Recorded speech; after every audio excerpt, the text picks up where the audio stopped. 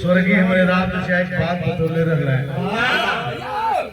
आदमी चला जाता है कीर्ति अमर होती है, सावनी गुजर जाने पर जल की कदर होती है। याद हो जाए दूर जाएगा। ध्यान देंगे एक लाइन संकेत का रजा कैसा संकेत है।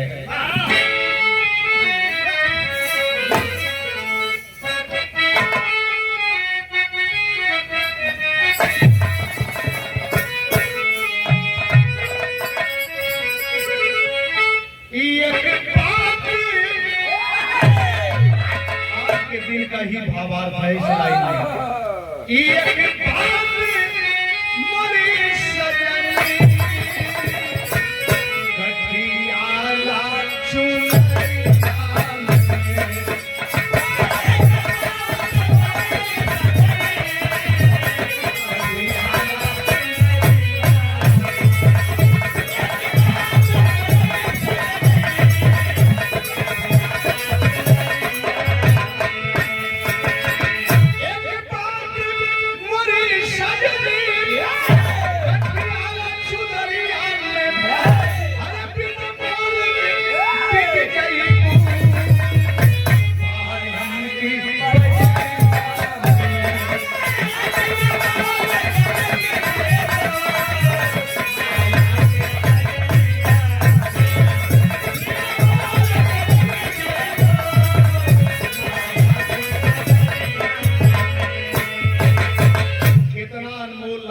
अपने कलम से लिखना है।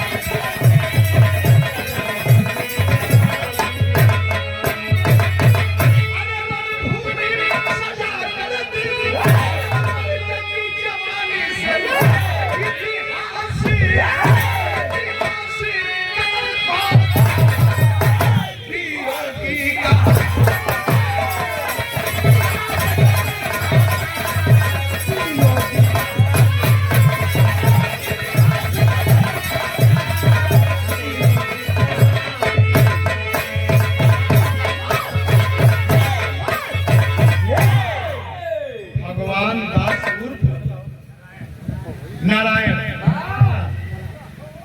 विराह की सादगी पर ये 100 रुपया पुरस्कार भैया को हार्दिक ने आप सारे लोगों का सादर सम्मान करते हैं। मरी भैया अपने मुंह से का कहल जा, बड़ा मेहनत करके बड़ा त्याग करके विराह के मुकाम पर पहुंचावन में एक अकेला कलाकार नहीं, हम कई कलाकार हैं और आनंद मिलता है। नहीं तो सच्चाई एक बात बड़ी अच्छी लगी कि आजकल ट्यूबर वाले हमारे भाई निकालते हैं तो यही निकालते हैं फलनिया गजब का नचलस की फलनवा का मुहम्मद पढ़ा है। सही बात है, सही बात है। और एक दिन हमारे इंटरव्यू में एक सवाल आ गया कि गुरुजी आपके सामने नाचती नहीं है लोग, हम कहीं क्यों नहीं नाचती हैं? अंदाज भाव से नाचती है वो ठीक लगता है। और जब उठता है उठत कहीं की वीडियो देखा वजह हम कहना ही है वीडियो के आंख ना देखली सब वीडियो शुरू कर दे अपन अपन सोच जेकर जहां ले जज्बा बन जाए। एक जैसे विरहा की स्टोरी का शुरुआत करो 2-3 लाइन हमारे भाव में।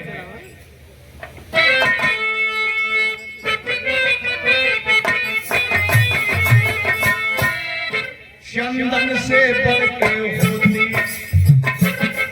चंदन से बढ़ के होती, गाजीपुर की ये माटी, गाजीपुर की ये माटी, इस मान सम्मान के ऊपर चढ़ाने वाले। अब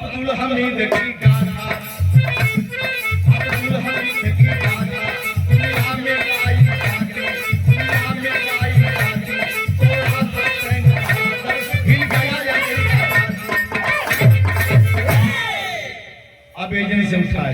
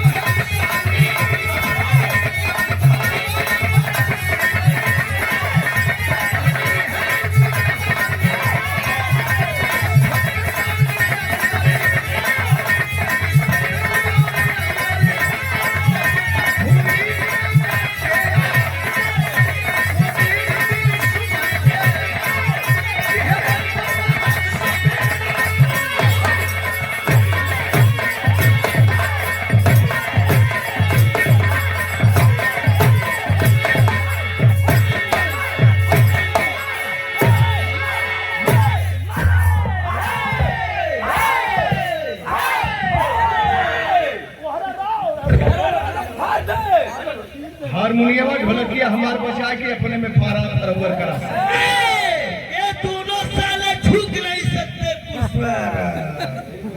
मौका पागल रहा दिल कहा था कि दोनों साले झुक नहीं सकते।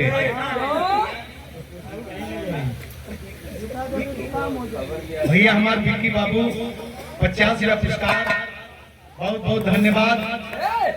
ये हौ सार अब मौका पा के अपने बहनों के कहता कि दोनों साले झोंक नहीं सकते।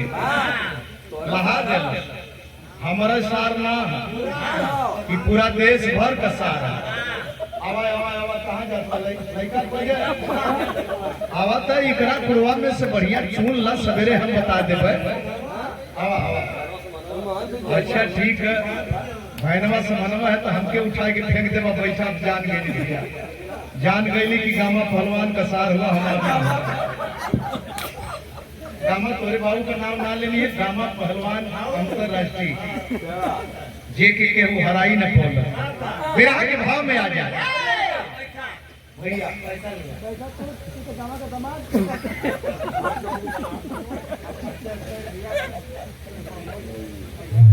चरित्र भैया का बहनों और माता श्री के छोटा देवर आपकी तरफ से 100 रुपया पुरस्कार बहुत बहुत प्रणाम करत रही। आप सबके प्रणाम करत रही। लेकिन बात वही कर इंग्लिश स्टाइल है, फ्री स्टाइल है। जो बात फिल्म का डायलॉग लगी एक कोना अजनाई कुल दिखाई कुल एको बहक के कबहू लग जात। क्या बात है आए है गौर करेंगे मेरे दोस्त। ई महीना के आज 6 तारीख है, 14 सितंबर की घटना है। 14 सितंबर की घटना है। पलिया कहुतरी के बगल में ग्राम फतेहपुर, इनके गांव के बगल में पलिया कहुतरी के बीच में फतेहपुर और फतेहपुर के रहे वाले धूरी मियाँ और धूरी मियाँ के पल्ले 3 बेटा अजीज उर्फ जोजो, असलम एवं इसहाक। बैठ जाओ मूड मिजाज बना के बैठ जा। तीनों बेटे के देख के धूरी मियाँ एक दिन सपना सजावे लगल। सोचत हुए कि हमारे परिवार में मुख्तार पहलवान देश में डंका बजल है, तब मुख्तार के बाद उनकर विरासत संभाले बदे कोनो पहलवान होने के चाहिए। अपने लड़का पर नजर गई और जब नजर गई तो तर्ज लगल।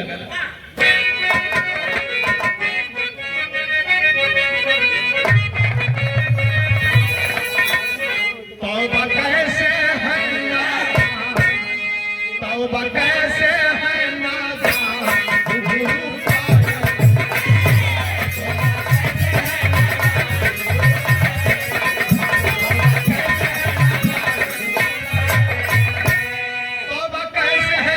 नादान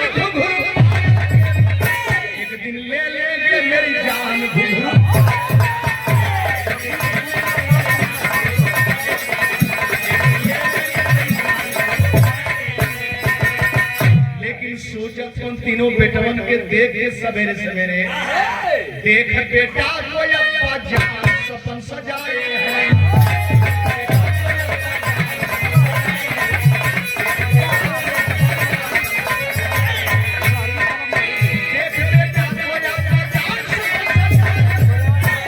सुबह में लेकर के सिर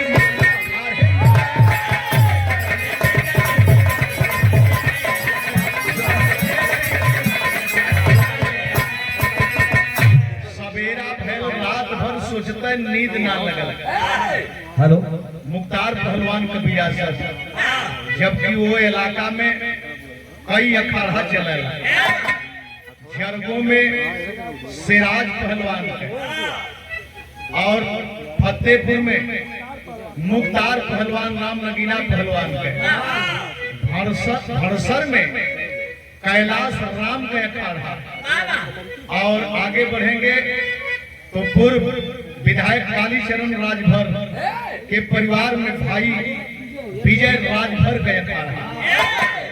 इस समय सबसे बढ़िया अखाड़ा चलत था कैलाश राम का अखाड़ा। जितना नौनिहाल हुए वो अखाड़े पर आए हैं सवेरे गए अखाड़े पर लेके राम नगीना यादव के चरणों में शीश झुकाया, लगा लिए छाती से उस सपन सजाए हैं, सपन सजाए हैं, फेरे हाथ सिर में।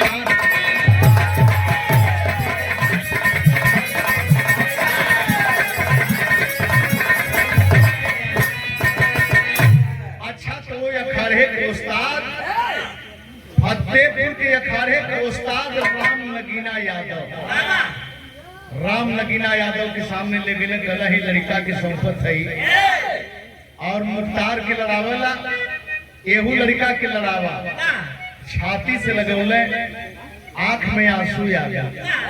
अरे बेटा तुहार परिवार पहलवान है, ये लगवे पहलवान है, इतना अधीर हो के कैसे। और जब छाती से लगौले भूरी मियाँ सोचत अपने तर्ज लगल, कैसे तर्ज लगल।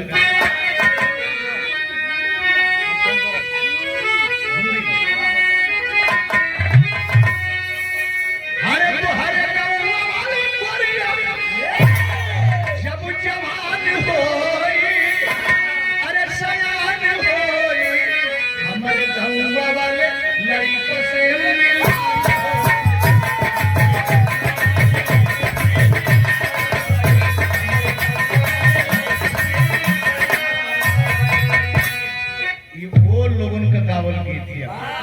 दादा लोग का नंदलाल रवि के वो मौका मिलल, कबहू बुल्लू से भी गावे के, कबहू राम देव उस्ताद से भी गावे। बुल्लू उस्ताद से कहा गौली दूर ना, जेवर में नटान में 3 छे बाराती आई वो इतिहास में दही वाला ना 3 छे बिरहिया रहल, 2 छे बाराती आई। सही कहा, 3 बिरहिया में 1 छे विजयलाल, एक मंच पर नंदलाल, एक पर बुल्लू उस्ताद। खिचड़ी का समय जनवासा तब रहे, मौज में बिरहा होती है, तीनों गोल चपल है। लड़कन मन के जरूर रहल, लेकिन बिरहा में जज्बा रहल। आय है वही बीच में एगो नट अपने पाड़ावा के गरवा भर मोहर बांध के और वही बरतिया में हकले आवत है, अगरी आवत है तोरी बहन के ये बरतिया में का कर जाता। आदमी कहता है कि अपना ही हक तो है, अपना ही गरिया तो है। और तबले नजर पहुंच गई दूल्हा के 5 गो, एक से दूल्हा के 5 गो गरे में मोहर रहा। अब वही पर जी दिया कलश की सारे आलम मोहर देखा मन बिना मोहर कहिया तो पड़ावा के गरवा भर मोहर बांध के घुमा के देखा दल से ही के कबहू लोग कला की गुदरी में लाल। आय हाय हाय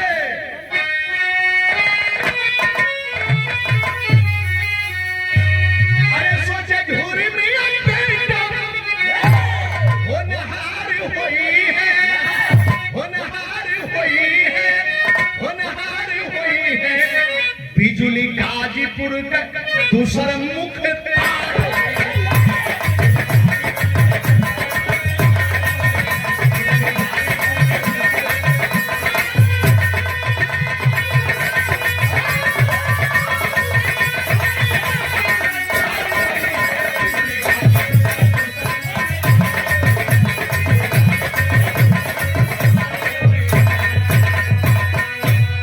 मुख्तार पहलवान के बिजुली कहल जाए। बिजुली मुख्तार बिजुली विभाग में पहलवानी के बल पर कुश्ती लड़के नौकरी पौले और लड़े तो वास्तव में जब अखाड़े पर जाके लोग कहें कि बिजुली जैसे मुख्तार लड़ेला। ये राम प्रवेश बाबू 100 रुपया बहुत बहुत धन्यवाद। बहुत सुंदर कलाकार हमारे परिवार में हमारे घर में बहुत सुंदर कलाकार। हम तो यह कामना करब कि आप सबका आशीर्वाद लगे नंदलाल रवि कादे वाला खाओ। अच्छा था वही दिन से कुश्ती शुरू हो गई। कुश्ती में जोड़ के मिलल अरे संजय गोपाली जो कर जोर हो तरफ दंगल में हो लागल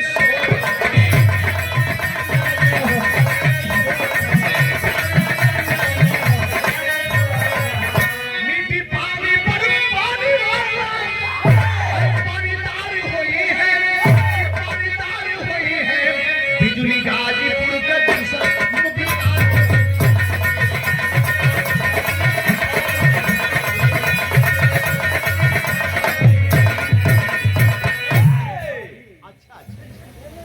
देखें ये प्यार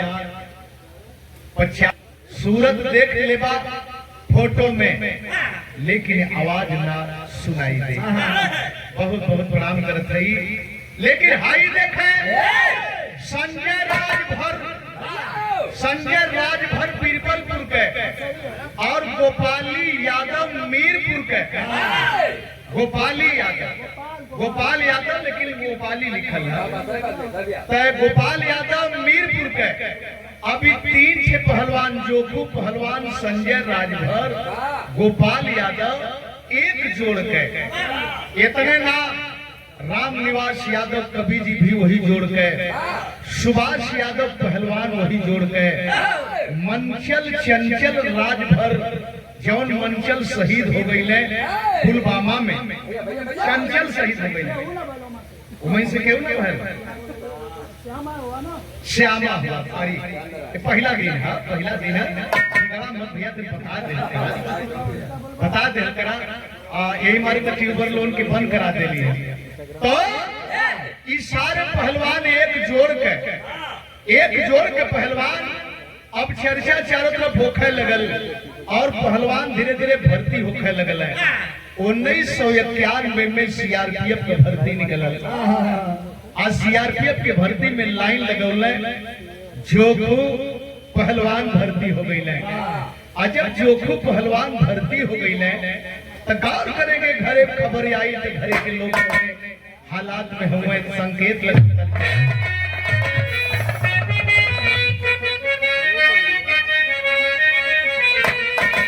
नीचे नरियारवा अरे नीचे नरियारवा ऊपर श्याम के बड़ी बड़ी गीत मैंने गवाई। ठाड़ रहो मुरली वाले ठाड़ रहो मुरली वाले गगरिया घरे धैले फौजी की जिंदगी में जौन गवा गई।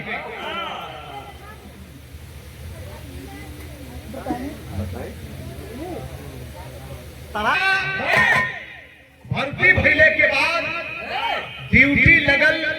कहाँ ड्यूटी लगल? जम्मू कश्मीर में। और जब जम्मू कश्मीर में ड्यूटी लगल सन 2000 में तो ड्यूटी पर जवान जोखू हुए और तब तक कुछ अधिकारियों का फोन आता है जोखू पहलवान डोडा में कुछ आतंकी भारी वारदात को अंजाम देने के लिए फिराक में है। अपनी टीम लेकर के तुरंत पहुंचो आदेश मिलते झूठू पहलवान अपनी टीम को लेकर के चल देते हैं। लेकिन एक बात सोचत हूं बिरहा में लिखे के पड़ल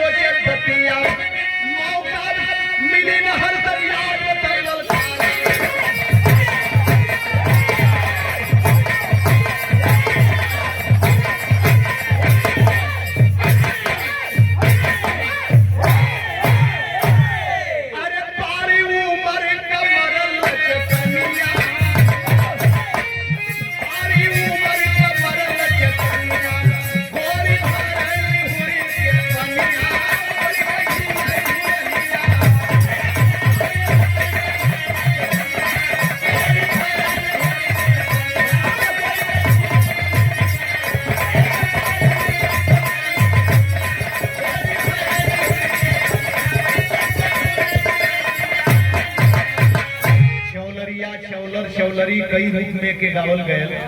लेकिन जब जोखो पहलवान से मिले कभी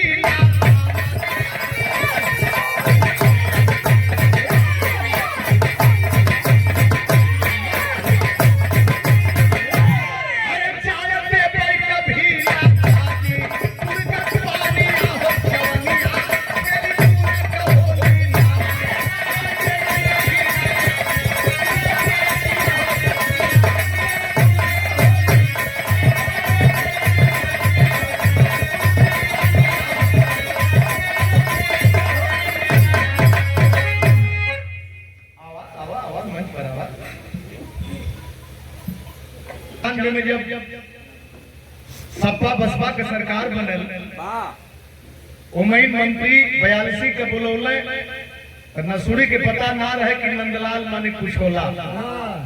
वो तुरंत अपन रम्मा उठा के तैयार कर दिला। लेकिन सुमंगली से लेके जब मौका ना दिली तो कहला कि नंदलाल हम ना जानते लिए भैया हम ना जानते ली है कि हम हूं के रोके वाला केहू धरती पर हम करी का बहुत सोचबे मत करी। और बिहार तक जाए के प्रचार कैले जौने बिहार में 150 आदमी के मर्डर करे वाले का हत्या भइल है और परसतवा सरथवा में वो जैन बोला के नंदलाल नबी के बिरहा गवावे के काम कैले कांग्रेस आई के लीडर। लेकिन हम कहीं कांग्रेस के आप लीडर हुआ कल हम बहुजनी बिरहा सुने बदे बोलोले हैं हम समाज के जगावे बदे बोलोले हैं। गोली चली तो तनिषा एक काम करिया कि पिछवा पोखरा है वही पोखरावा में लोग जगह ले लिया। हम कहीं एक भाई चंद्रमा यादव अब नहीं है हम कहीं एक भाई गोली खाने के लिए तैयार है।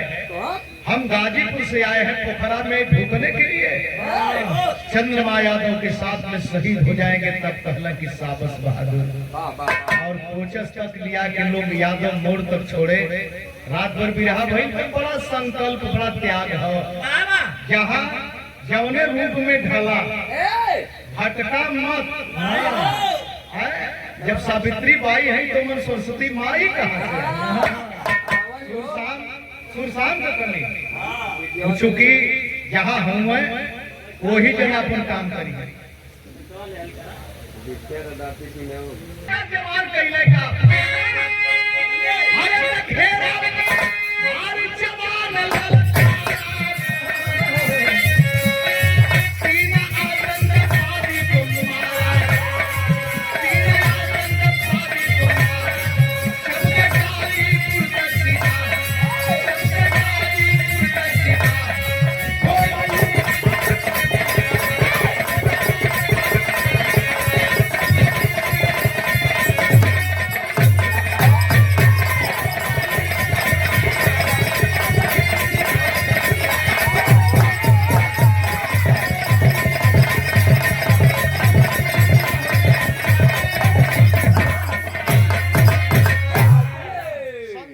में आए हैं भैया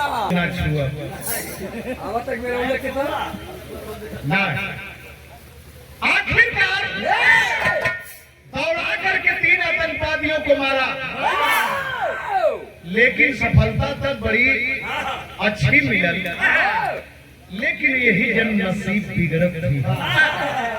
कैसे नसीब बिगड़त है?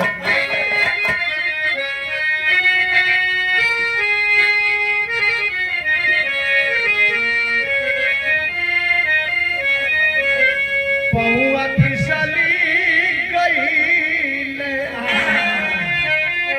चोट कुछ लागी गई, कई लखिया जो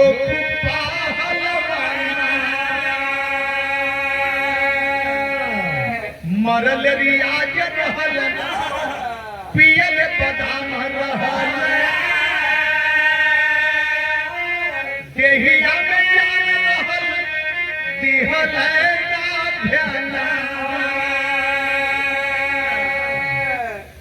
चोट लग गई। पहाड़ पर फिसल गए जवान, चोट लग गई, हल्का फुल्का ओके समझ लें, अनदेखी कैले, लेकिन दवा दर्पण थोड़ा सा कैले, हल्का सा कैले, घटे लागल जोर कम, जोर देह होई गई, छूट लेके जाने अपनी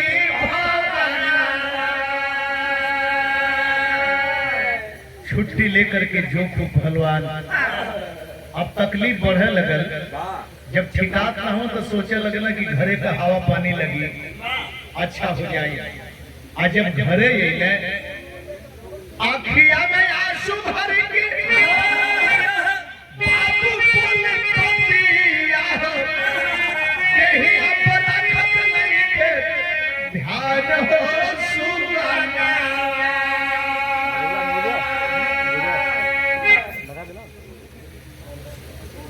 लोग कहला कि मेहरारू टेट देखली, अब माई बाप पेट पीछ देखल। हमरे बेटा के शरीर कैसन भइल है, आ जब देखल झूरी मियाँ तो झूरी मियाँ कहल के रे बेटा ई का देखत है, कैसन बना के भेजली आ कैसन बना के अइला।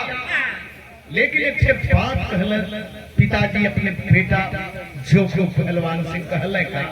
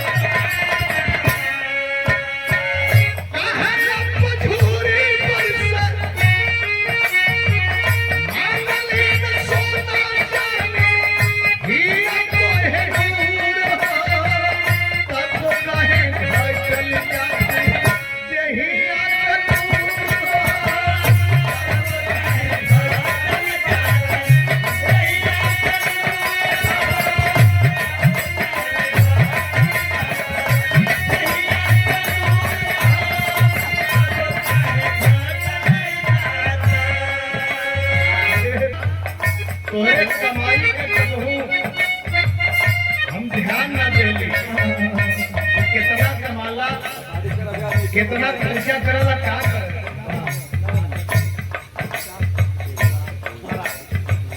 तरह से परम पूजनीय मनी कोई शब्द कह देला। मास्टर साहब फलाने मास्टर ढिकाने मास्टर, रात तो काली होती ही है, दिन भी काला होता। रात तो काली होती है, दिन भी काला होता। अगर न आता भीम नामक सूरज तो जग में न उजाला होता। दे दिया अधिकार सब हमको, संविधान बना करके आपने, नहीं तो आज भी हम गरीबों के लिए स्कूलों में बंद ताला होता। और अनिल रमदस से ये अपन बहने हुए फुफेरे बहने हुए 100 रुपया पुरस्कार, बहुत बहुत धन्यवाद। यह जब कहला तो से हम कमाई ना मंगली, लेकिन ये देह गलत जाते का बात है। अरे बरसल आँख सुन के बाबूजी के पतिया, कैसे कर बताई रोग धैले बाटन घातिया।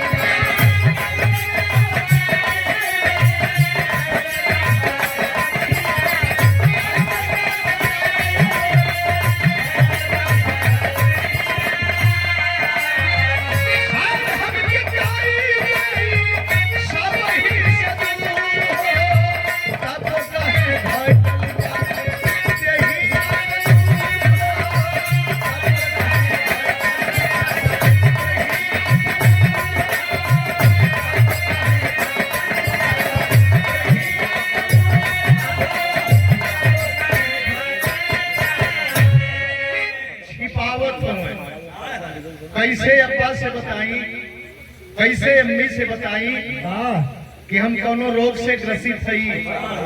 आय हाय उपचार यहू जन भयल, उपचार भइले के बाद भइल का, अरे भइल कुछ फिर ड्यूटी पर आई।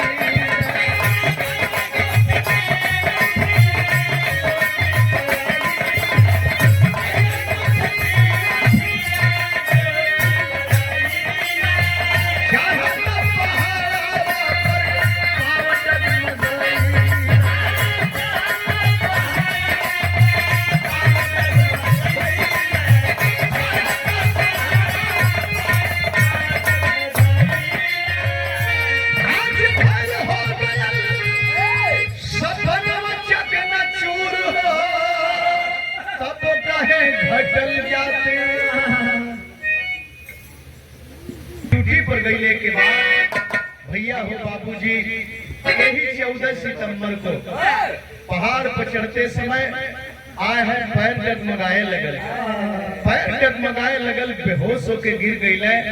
और जब बेहोश होके गिर गईले, उठा के लोग हॉस्पिटल में ले जाते हैं, लेकिन हॉस्पिटल तक जाते जाते यही पता चला कि जो को पहलवान नहीं रहे। आज जब घरे खबर आई 15 तारीख के लाश गांव पर आती है, फतेहपुर गांव पर आती है। गांव करेंगे पुलिस में चैंपियन, यहाँ भी चैंपियन, इस सारा खिताब जो पहलवान के नाम में। लेकिन जब घरे के लोग खबर पड़े लिखे के परल देखे दोनों भैयावा और तीनों बेटुआ और दुल्हन, आखिरकार का पोजीशन हो भैया।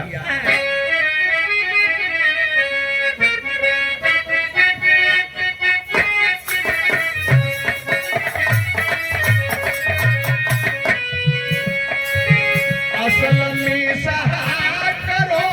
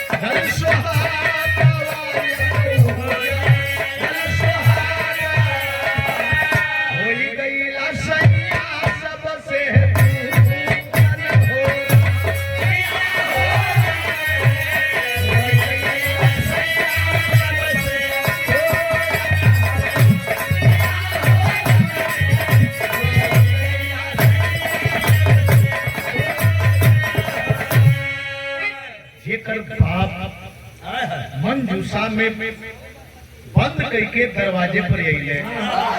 वो बेटन के का हालात था, तीनों ललनवारों में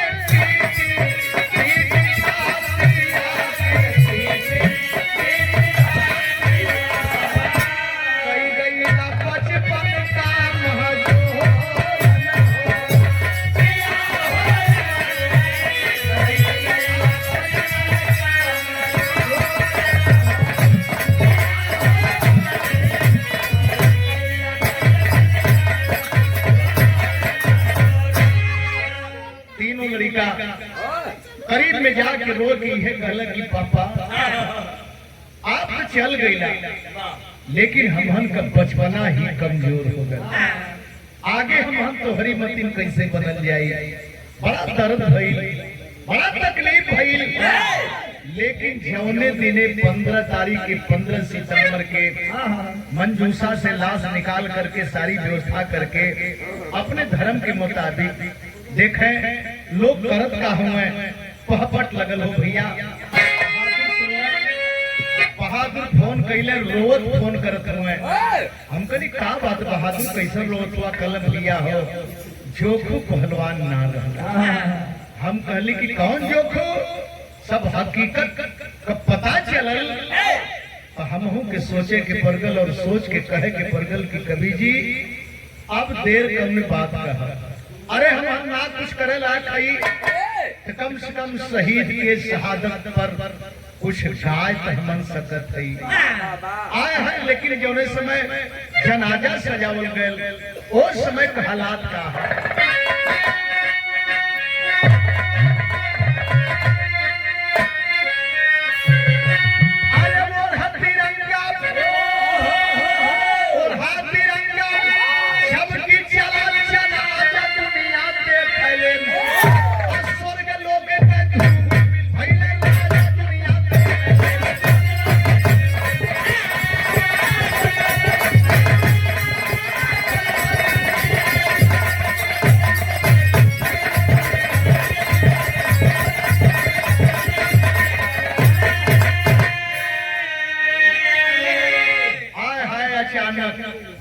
एकदम आसमान साफ रहल। अरे मुख्तार पहलवान रोए, तू ही के दूध पियावली हो, माटी लगल देहिया के बचवा अपने हाथ छोड़वली हो। आज समय ऐसन परल तक आज दुनिया देखल। अरे मिट्टी घावल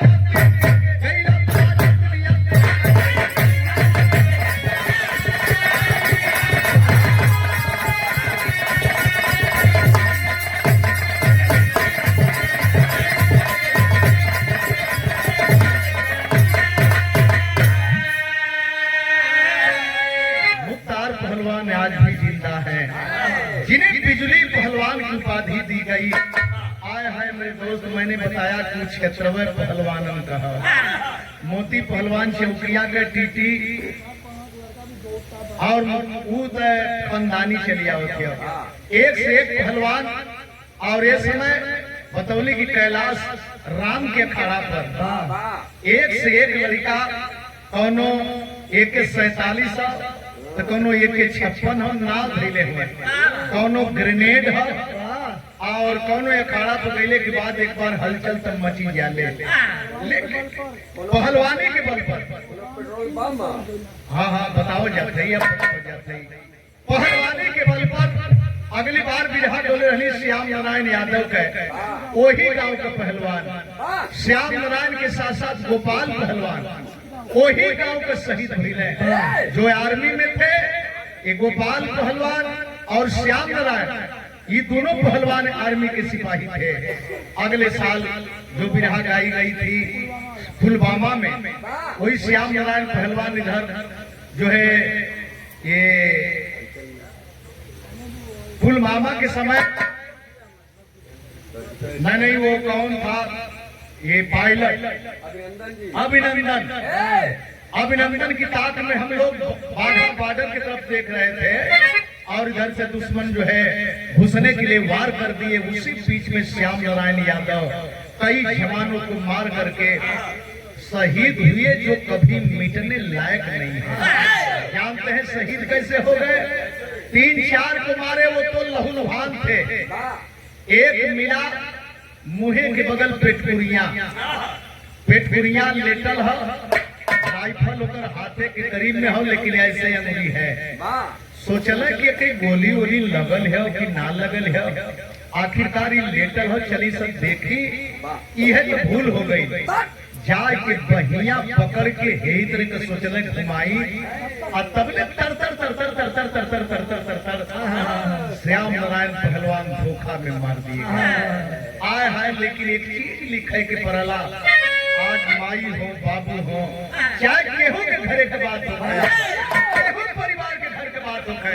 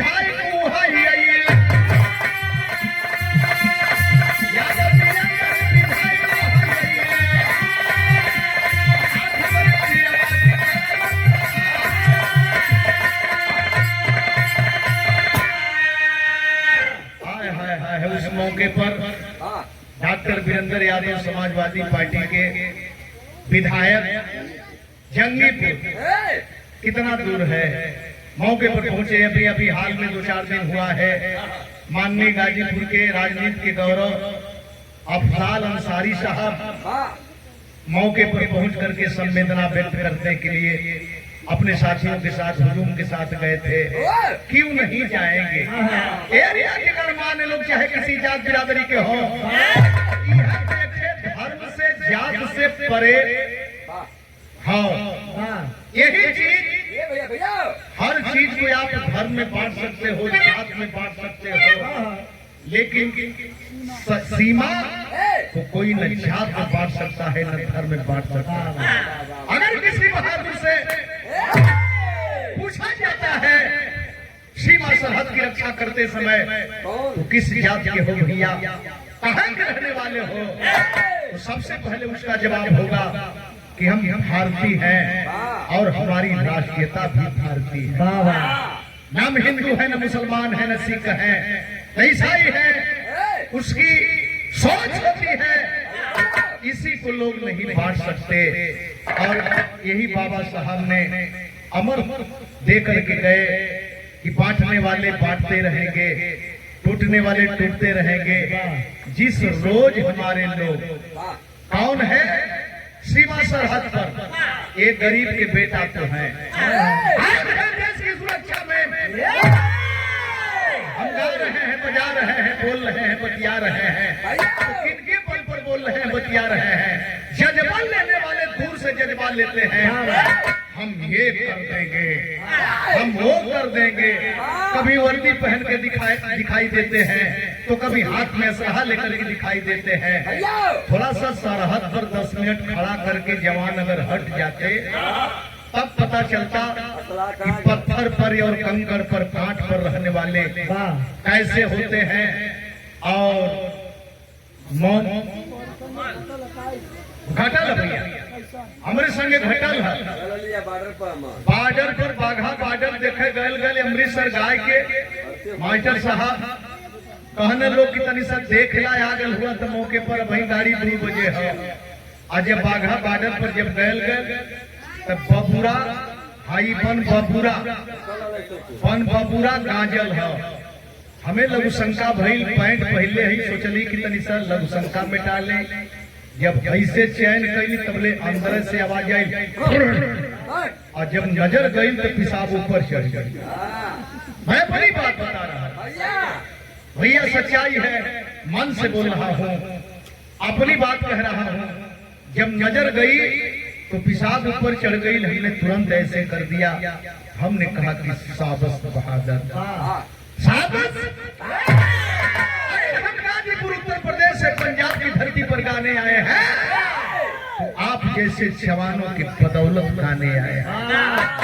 हमारी मिसाल कहाँ, लेकिन ये तो सब कुछ आप लोगों की देन है। तो ये है बहादुर, इनको क्या बांटोगे।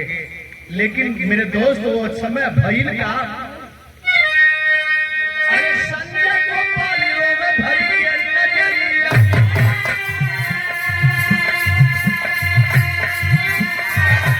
ये नजरिया है तेरी तमन्ना, मंजन सुबास पहलवान की छतिया, मंजन सुबास पहलवान की छतिया,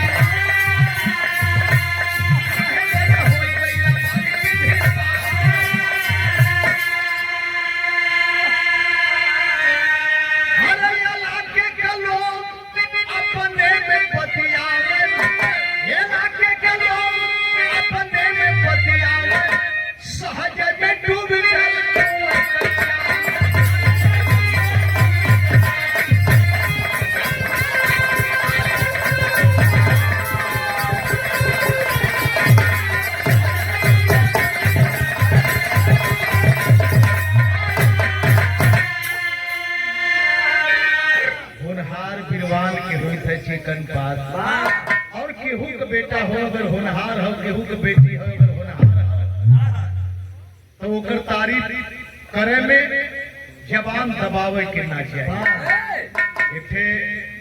ये जैसे मैं इंद्रवाल एक लड़की है, अपने बिल्डर बॉडी में मजबूती आ गई, अच्छा खिताब जीती, तो उसको लोग अब ये सोचने लगे कि इसको सिंह लिखती है, इसको सिंह में मिला करके हम अपनी जज्बा को बना लें। लेकिन साफ साफ शब्दों में कह दिया उसने कि हम सिंह लिखती हूँ, मेरी टाइटिल है, लेकिन मैं दलित समाज से हूँ और मेरी प्रतिभा को कोई रोक नहीं पाएगा। तो किसी की प्रतिभा को कोई रोक क्या पाएगा? अगर प्रतिभावान है तो उसकी प्रतिभा कहीं न कहीं निखर के ही दिखाई देगी। लेकिन जो ने समय जनाजा से लाश निकाल के कब्र में डाल गई, उसमें मैंने बताया कि बिल्कुल आसमान साफ था, एक बादल आया। इसी को देख करके ये भाव लिखना पड़ा क्या।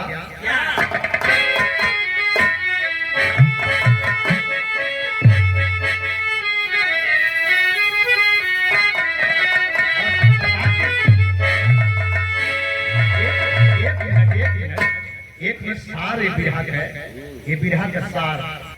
अरे कब्र में रखाई जब नहाई के लसिया, स्वर्ग से देवता भी गिरावला दुख हो असिया।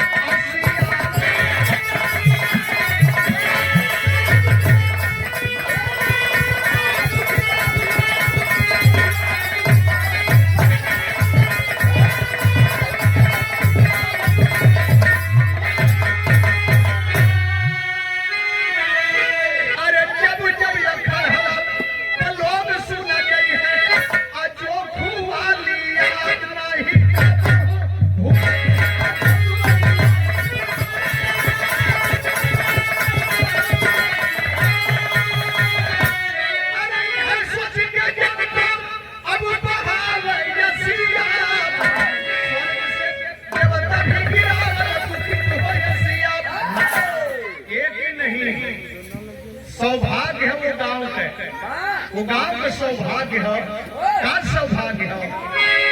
तीन जवान एक ही गांव के, ये तीन जवान हो गई कुर्बान हो, एक ही गांव के शेर सिकंदर जवान।